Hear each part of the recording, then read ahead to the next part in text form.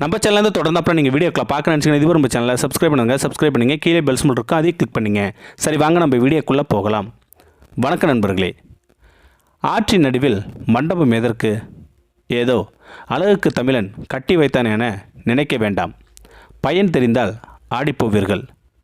நவீன வெள்ள அபாய எச்சரிக்கை இருக்கும் முன்னரே தாமிரபரணியில் நமது முன்னோர்கள் அந்த காலத்திலேயே வெள்ள அபாயங்களை அறிவியல் பூர்வமாக அறிந்து கொண்டார்கள்.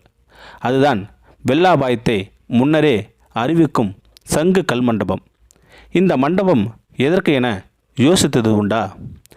தாமிரபரணி ஆற்றின் மையத்தில் சங்கு கல் மண்டபம் அமைக்கப்பட்டிருக்கிறது. 3 பக்கம் திறந்த வெளியிடும் தண்ணீர் வரும். எதிர்பக்கம் மட்டும் கல் சுவரால் அடைக்கப்பட்ட மண்டபம் அதுதான்.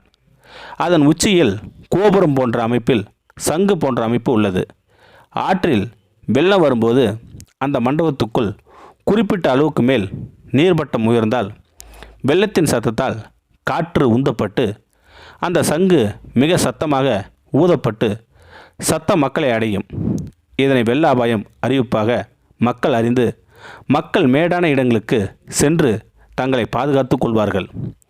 வெள்ளம் மிகவும் அதிகமானால் மண்டபத்தின் சங்கு அமைப்பினை மூழ்கச் செய்யும். பின்பு வெள்ளம் வடிகின்ற போது சங்கு சத்தத்தினை வெள்ளத்தால் ஏற்படுகின்ற காற்று உண்டாக்கும். சங்கின் ஒளி கொஞ்சம் கொஞ்சமாக குறைந்து அடங்கிவிடும்.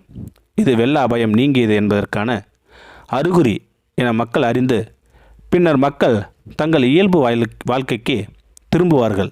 பல கிராமங்களை வெள்ளத்திலிருந்து காப்பாற்றிய சங்கு கல் மண்டபங்கள் இன்று அழிந்து போய்விட்டன.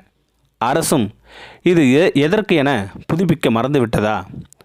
ஒரு சில இடங்களில் மட்டும் இந்த மண்டபங்கள் இருக்கின்றன.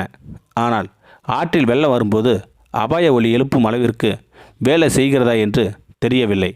ஏனெனில் அந்த காலத்தில் பராமரிப்பு இருந்தது. இந்த காலத்தில் இதன் பயனே பலருக்கு தெரியாது. ஏதோ அழகுக்கு தமிழன் கட்டி வைத்தான் என பலர் நினைத்து கொண்டிருக்கின்றார்கள். ஆனால் உண்மையில் இது அறிவியல்.